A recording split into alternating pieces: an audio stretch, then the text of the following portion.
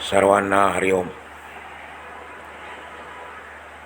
आपल्या जीवनामध्ये भगवत भक्ती निर्माण होणं, भगवंताच्याबद्दल प्रेम निर्माण होणं ही फार मोठी भाग्याची गोष्ट आहे. त्यानंतर संतांची भेट होणं, संतांचा सहवास लावणं, सद्ग्रंथांचा अभ्यास करायची संधी मिळणं ही त्यापेक्षाही भाग्याची गोष्ट आहे. आपण हरिपाठ या ग्रंथाचा जो अभ्यास करतो आहे तो हरिपाठ म्हणजे काय आहे, आपण त्याचं चिंतन करतो आहे. हरीविषयी प्रेम निर्माण होणं म्हणजे हरिपाठ आहे. हरीबद्दल, भगवंताबद्दल आपल्या मनामध्ये भक्ती निर्माण होणं याचं नाव हरिपाठ आहे. माऊलींनी आपल्याला हा जो अलौकिक अद्वितीय ग्रंथ दिलेला आहे आणि आपल्याला त्याचा अभ्यास करण्याची, चिंतन करण्याची, मनन करण्याची संधी मिळते आहे, ही खरोखरच आपण फार मोठी गोष्ट समजली पाहिजे. आपलं मोठं भाग्य आहे की माऊलीसारख्या महापुरुषांच्या चरणी बसून आपल्याला त्यांचे विचार ऐकायला मिळतात. भगवंत अतिशय दयाळू आहे, कनवाळू आहे, कृपाळू आहे. आईवडिलांच्या समोर मुलं कशी असली तरी देखील ती त्यांना प्रिय असतात, जिवलग असतात, जीवापेक्षा जास्त प्रेम करतात, प्राणापलीकडे जपतात आपल्या मुलांना. मग त्यांच्याकडे भेदभाव नाही. एखादा मुलगा लहान आहे, थोडा दुसरा मोठा आहे, किंवा एखादा चांगला शिकला आहे किंवा एखादा शिकलेला नाही, अशिक्षित राहिला, एखादा शेतकरी आहे, एखादा धंदेवाला आहे, बिझनेसमॅन आहे, म्हणून कोणावर प्रेम कमी आहे, कोणावर जास्ती आहे असं नाही. आईवडील आपल्या मुलांवर, सर्वांवर सारखंच प्रेम करतात. आपण सर्वजण भगवंताचे लाडके आहोत, भगवंताचे आवडते आहोत, भगवंताची लेकरं आहोत. मग त्याच्याकडे कोणत्याही प्रकारचा भेदभाव नाही आहे. त्याच्याकडे कोणी लहान नाही, कोणी मोठा नाही, कोणी ज्ञानी नाही, कोणी अज्ञानी नाही, कोणी अशिक्षित नाही, कोणी सुशिक्षित नाही, कोणी पंडित नाही, सर्वजण सारखे आहेत. आपण हरिपाठाच्या एकूण 24 अभंगाचा अभ्यास केला. आज आपल्याला माऊली 25वा जो अभंग आहे त्यातून हीच गोष्ट सांगत आहेत की भगवंताची समदृष्टी काय असते, भगवंत सर्वांना समान कसा लेखतो, समान दृष्टीने कसा बघतो, आणि त्याची भक्ती करणारा जो अनन्य शरण गेलेला आहे, भगवंताचा ज्याने आधार घेतलेला आहे, त्याला तो कोणत्या पदाला नेऊन पोचवतो, हा या आजच्या 25 अभंगाचा विषय आहे. आपण अभंग पहिल्यांदा एकदा ऐकूया, नंतर मग माऊलींचे विचार जे आहेत ते समजून घ्यायचा प्रयत्न करूया. जाणीव नेणीव भगवंती नाही, हरी उच्चारणी पाही मोक्ष सदा. नारायण हरी उच्चार नामाचा, तेथे कळी काळाचा रिघ नाही. तेथील प्रमाण नेणवे वेदांसी, ते जीव जंतुसी केवी कळे. ज्ञानदेवा फळ नारायण पाठ, सर्वत्र वैकुंठ केले असे. हरिमुखे म्हणा, हरिमुखे म्हणा, पुण्याची गणना कोण करी. यातल्या काही शब्दांचा आपण अर्थ समजून घेऊ. जाणीव जाणीवचा अर्थ आहे जाणण्याचा भाव, जाणण्याचा भाव. दुसरा एक अर्थ आहे जाणता, जाणता. अजून एक अर्थ आहे ज्ञानी, ज्ञानी. पुढे शब्द आला आहे तो याच्या विरुद्धार्थी शब्द आहे. जाणीवच्या विरुद्ध नेणीव. जाणीवचा अर्थ आहे जाणण्याचा भाव, म्हणून नेणीवचा अर्थ आहे न जाणण्याचा भाव. नेणता दुसरा अर्थ आहे नेणता, आणि तिसरा अर्थ आहे अज्ञानी. कळीकाळ, कळीकाळचा अर्थ आहे मृत्यू. कळीकाळ म्हणजे मृत्यू. नेणवे, नेणवेचा अर्थ आहे जाणत नाही, समजू शकत नाही. नेणीवसारखा हा शब्द आहे. नेणवे म्हणजे जाणत नाही, समजू शकत नाही. जीवजंतू शब्द एकत्र आहे. जीवजंतू त्याचा अर्थ आहे सामान्य जीव, सामान्य जीव. स्थूल बुद्धीचे लोक, स्थूल बुद्धीचे लोक. फळ म्हणजे परिणाम, फळचा अर्थ आहे परिणाम. पाठ म्हणजे नामजप, नामजप. हरिपाठ म्हणजे काय? हरी नामाचा जप. रीघ, रीघ म्हणजे प्रवेश, शिरकाव. दुसऱ्या चरणामध्ये तो शब्द आलेला होता. रीघ म्हणजे प्रवेश, शिरकाव. माऊली आपल्याला पहिल्या चरणातून सांगते, भगवंताच्या ठिकाणी जाणता भक्त आणि नेणता भक्त असा कोणत्याही प्रकारे भेदभाव नाही. हरीच्या नामाचा उच्चार केल्याने भगवत कृपा होऊन मोक्षप्राप्ती होते. मोक्षप्राप्ती कधी होते? हरीच्या नामाचा सतत उच्चार केल्याने भगवंताची कृपा होते आणि मग मोक्षप्राप्ती होते.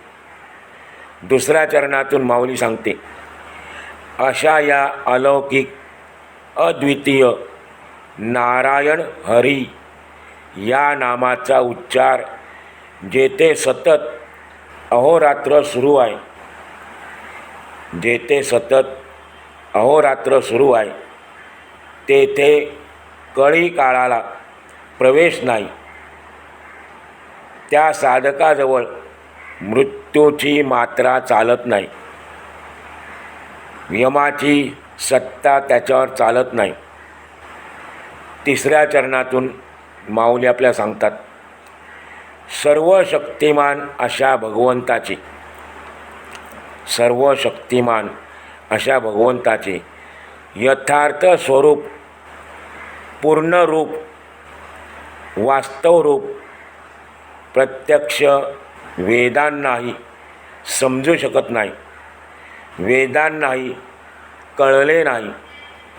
तेथे सर्वसामान्य आपल्यासारख्या स्थूलबुद्धीच्या जीवांना कसे बरे कळू शकणार?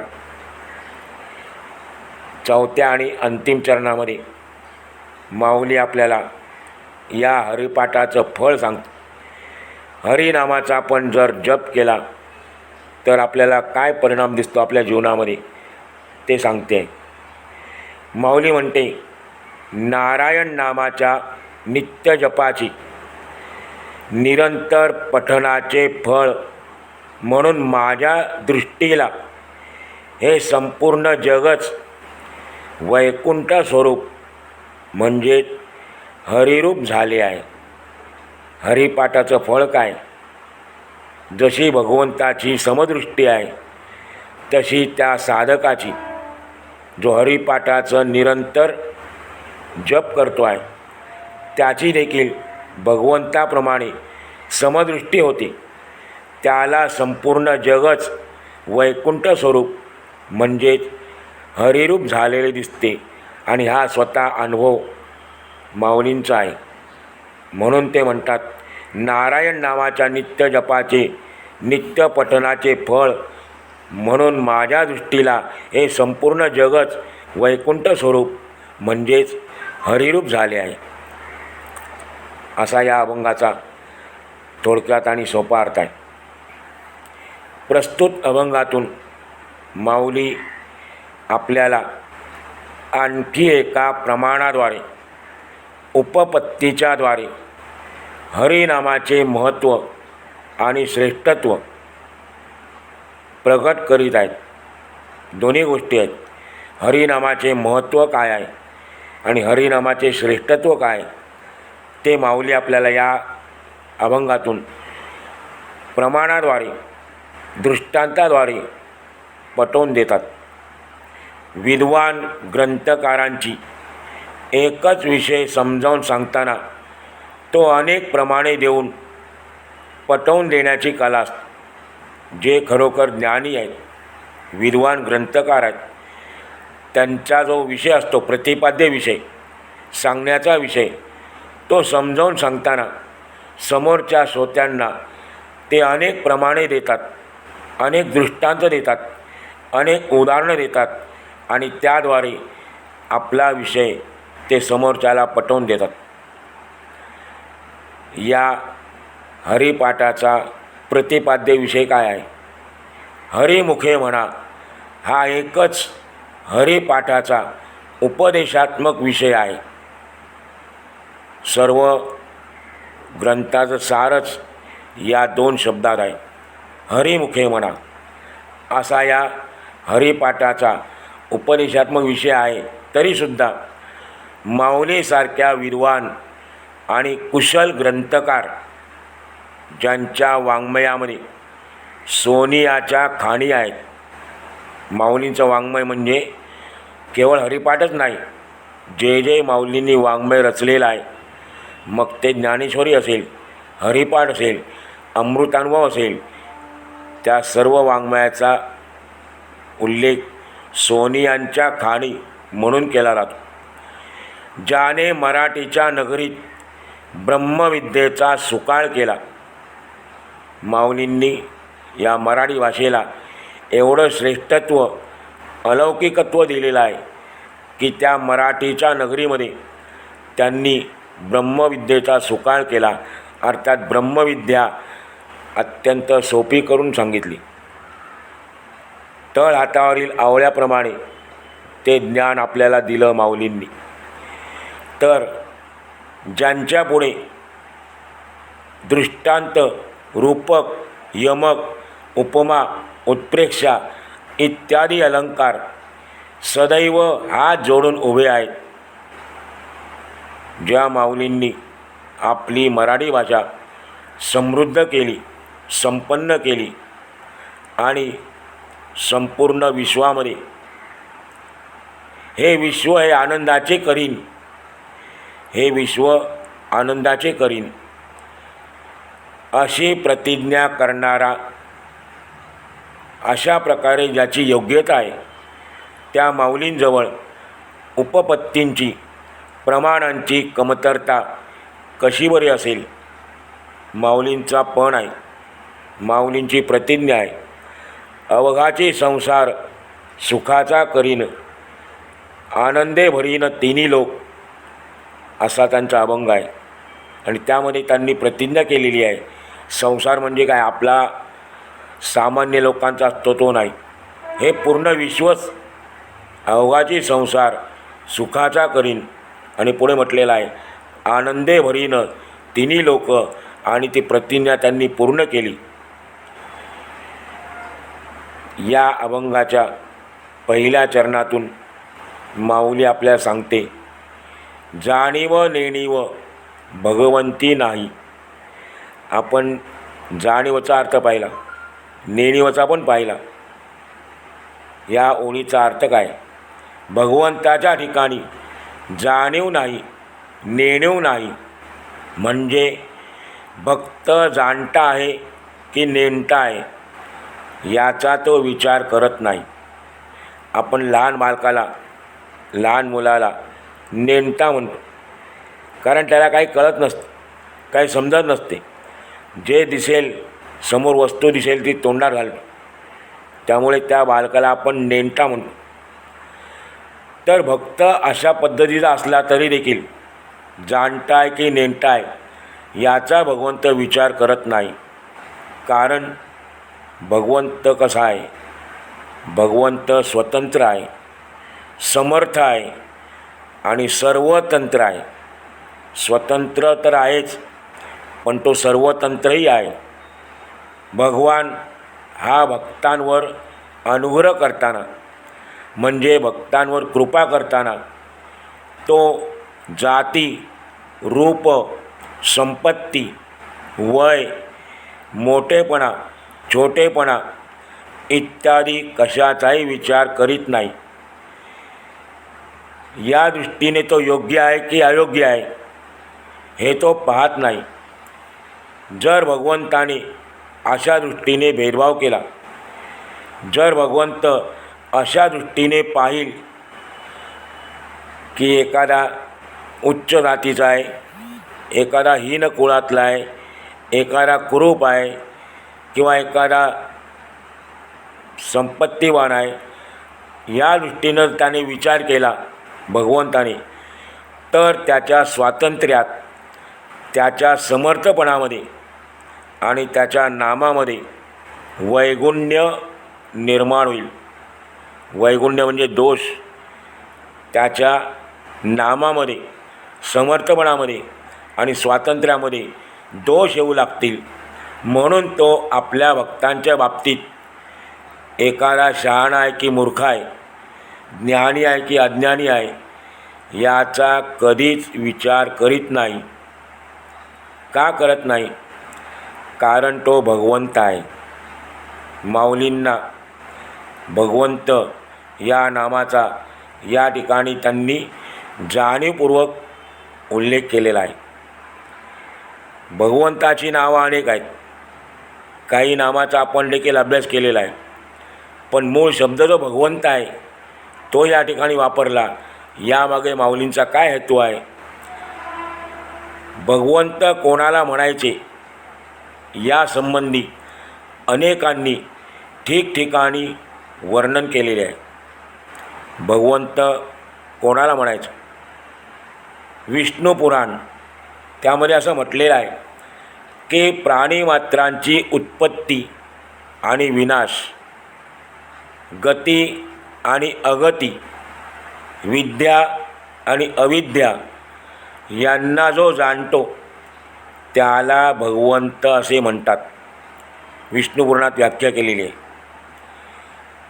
समग्र ऐश्वर्य, धर्म, यश, श्री म्हणजे संपत्ती, ज्ञान आणि वैराग्य हे 6 गुण झाले. कोणकोणते आहेत? ऐश्वर्य, धर्म, यश, संपत्ती, ज्ञान आणि वैराग्य हे 6 गुण. या 6 गुणांना मिळून नाव आहे भग. आणि हे 6ही गुण, हे 6 गुण ज्याच्याजवळ परिपूर्णतेने आहेत त्याला भगवंत म्हणतात, त्याला भगवान म्हणतात. माऊलींनी सुद्धा ज्ञानेश्वरीमध्ये एक ओवी लिहिलेली आहे.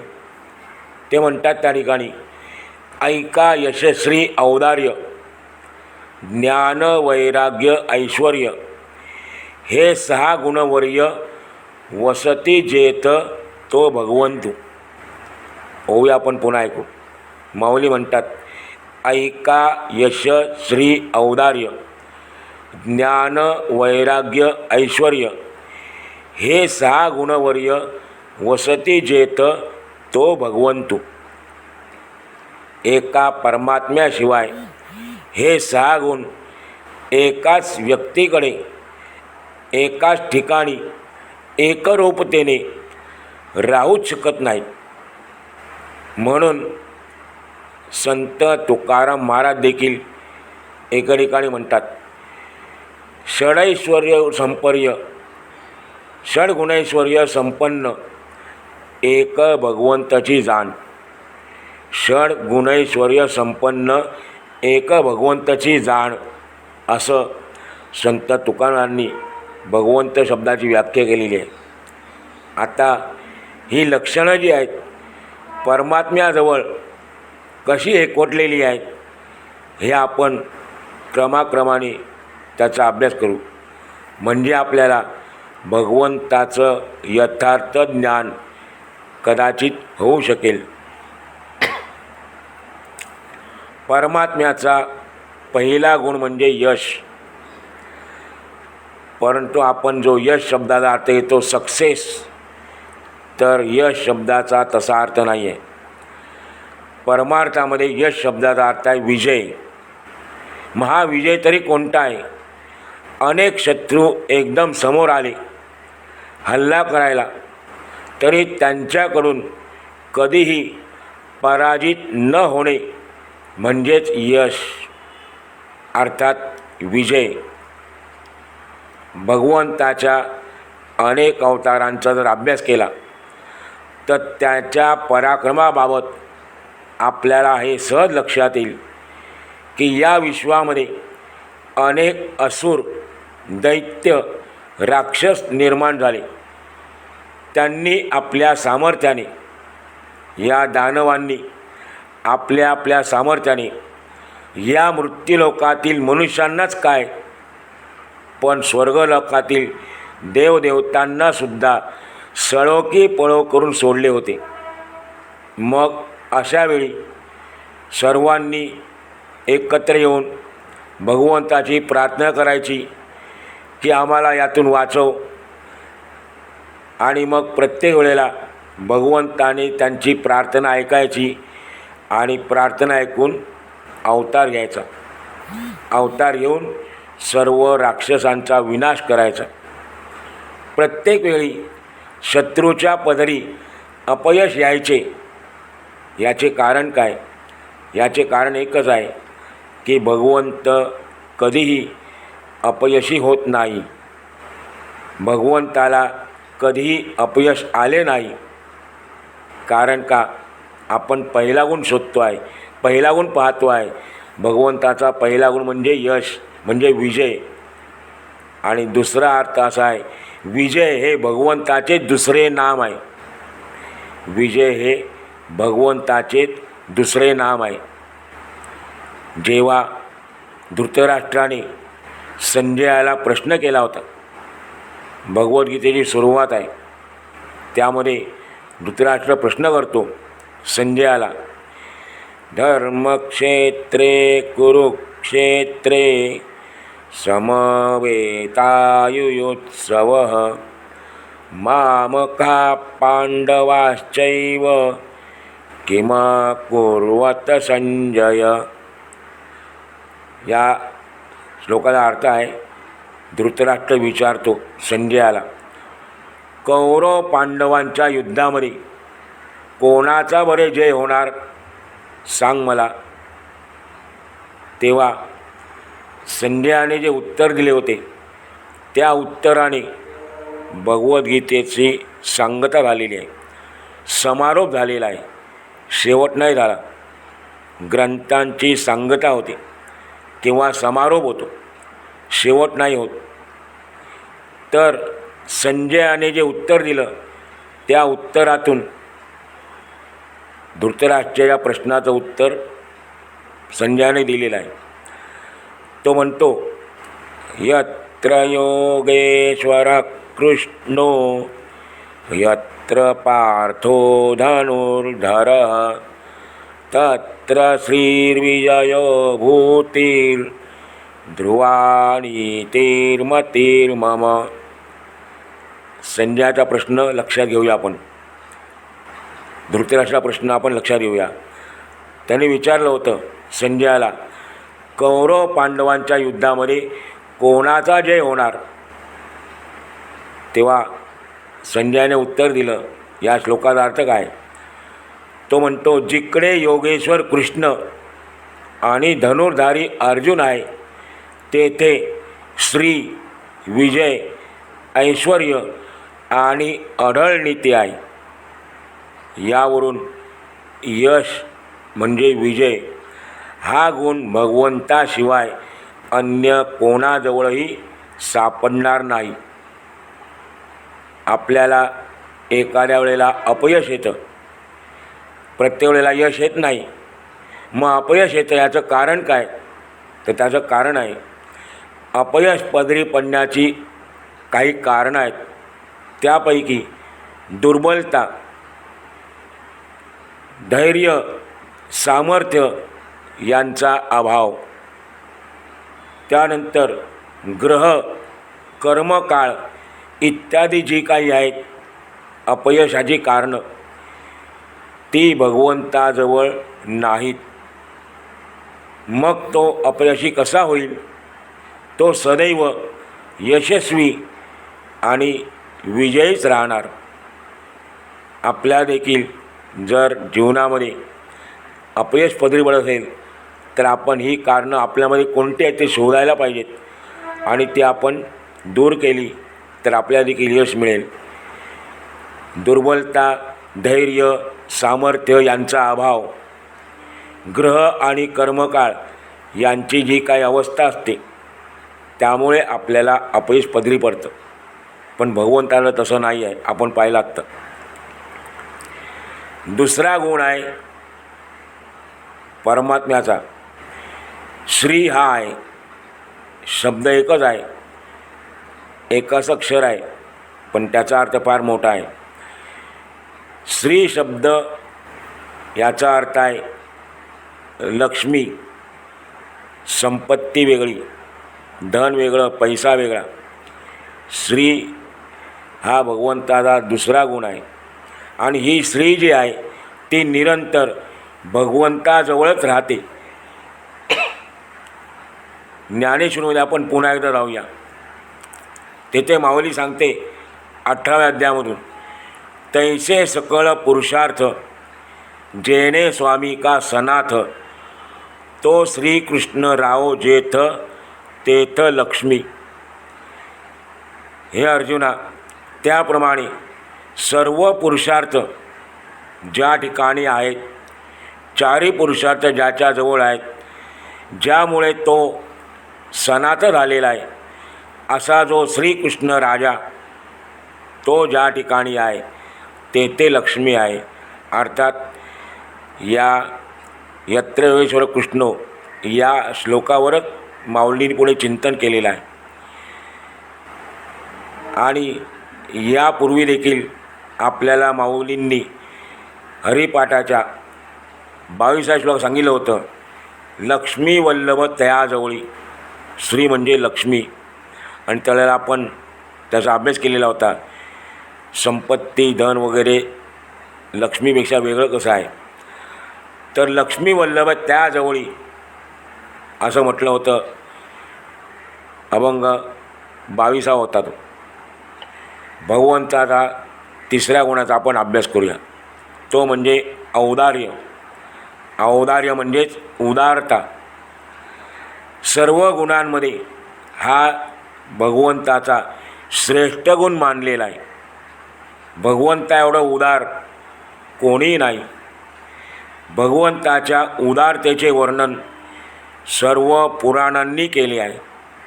संत तुकाराम महाराज लिहितात, उदार तू हरी ऐसी कीर्ती चराचरी. उदार तू हरी ऐसी कीर्ती चराचरी. माऊली सांगतात, तुझे औदार्य जाणो स्वतंत्र, तुझे औदार्य जाणो स्वतंत्र, देता न म्हणती पात्रापात्र, कैवल्या ऐसे पवित्र, वैरियाही दिदले. माऊली सांगतात भगवंताच्या औदार्याबद्दल, तुझे औदार्य जाणो स्वतंत्र, तुझी उदारता एकदम स्वतंत्र आहे. कारण एखादी व्यक्ती उदार असेल पण स्वतंत्र नसेल. भगवंत उदारही आहे आणि स्वतंत्रही आहे. म्हणून माऊली म्हणतात, तुझे औदार्य जाणो स्वतंत्र. काय स्वातंत्र्य आहे भगवंताकडे? उदारतेचं. देता न म्हणती पात्रापात्र. ज्याला एखाद्याला द्यायचं म्हटलं तर ती व्यक्ती योग्य आहे की अयोग्य आहे, पात्र आहे की अपात्र आहे, याचा भगवान विचार करत नाही. मोक्ष जरी द्यायचा विचार केला भगवंताने, तरी पण तो समोरची व्यक्ती, समोरचा माझा भक्त योग्य आहे का अयोग्य आहे का, याचा देखील भगवंत विचार करीत नाही. कैवल्या ऐसे पवित्र, पुढे महत्त्वाचं आहे, मोक्षसुद्धा त्याने आपल्या शत्रूला पण दिलेला आहे. ज्यांनी ज्यांनी भगवंताशी वैरबुद्धी मनात बाळगून आयुष्यभर शत्रुत्व केलं, त्यांना देखील भगवंताने मोक्ष दिलेला आहे, कैवल्य प्राप्ती करून घेतलेली आहे. असे देखील अनेक उदाहरणं आहेत. ज्यांच्याकरता अवतार धरले, त्याच्यामध्ये रामाने रावणाला मोक्षप्राप्ती करून दिली, आणि कृष्णाने तर विचारायला नको, शिशुपालाने त्याला किती शेलक्या शिव्या दिल्या होत्या भर दरबारामध्ये, पण त्यालाही मोक्ष दिला. अनेक उदाहरणं आहेत. ईश्वर स्वतंत्र आहे, त्यामुळे त्याच्याशिवाय इतरांचे औदार्य परतंत्र आहे.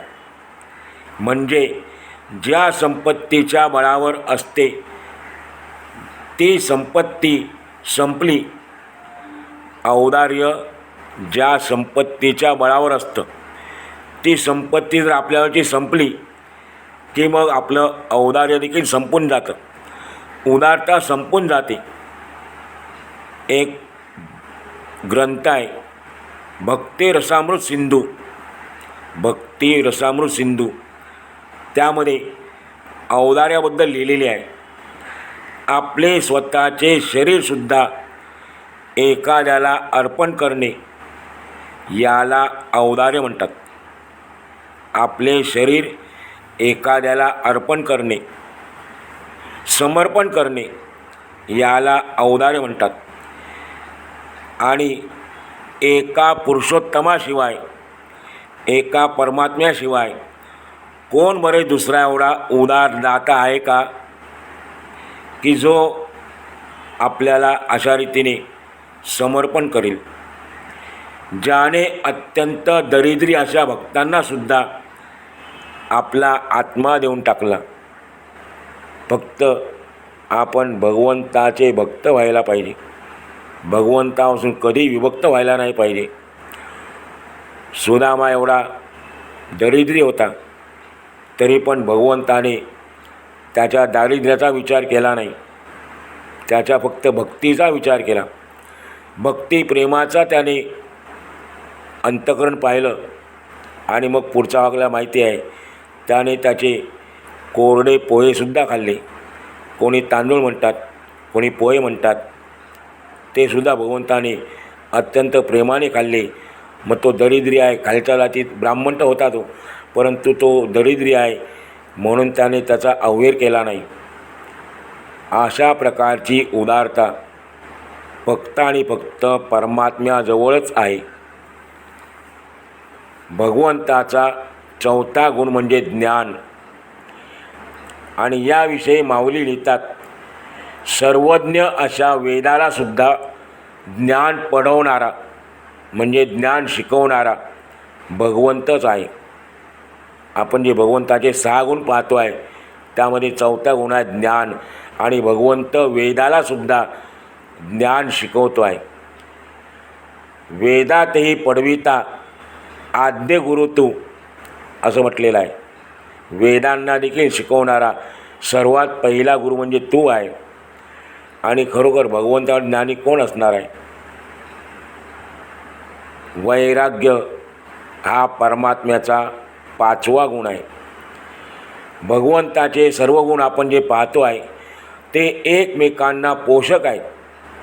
मग वैराग्य म्हणजे काय, तर वैराग्य म्हणजे विराग, त्यावरून शब्द आलेला आहे वैराग्य. सोपा शब्द आहे अनासक्ती. निर्मोहत्व म्हणजे वैराग्य. जो स्वतः अपूर्ण आहे त्याचीच इतर पदार्थांच्या ठिकाणी आसक्ती असते. सर्व जीव अपूर्ण आहेत, आणि म्हणून आपली सांसारिक पदार्थांबद्दल आसक्ती आहे, पण जो स्वतः सिद्ध आहे, परिपूर्ण आहे आणि ज्ञानरूप आहे, तो इतर ठिकाणी कसा बरे आसक्त होईल? तो कशामध्येच आसक्त होत नाही, गुरफटून जात नाही, मोहामध्ये सापडत नाही. भगवान श्रीकृष्णांनी मथुरेत जाताना कंसाचा वध केल्यानंतर कंसाचा पिता उग्रसेन याला ते राज्य देऊन टाकले.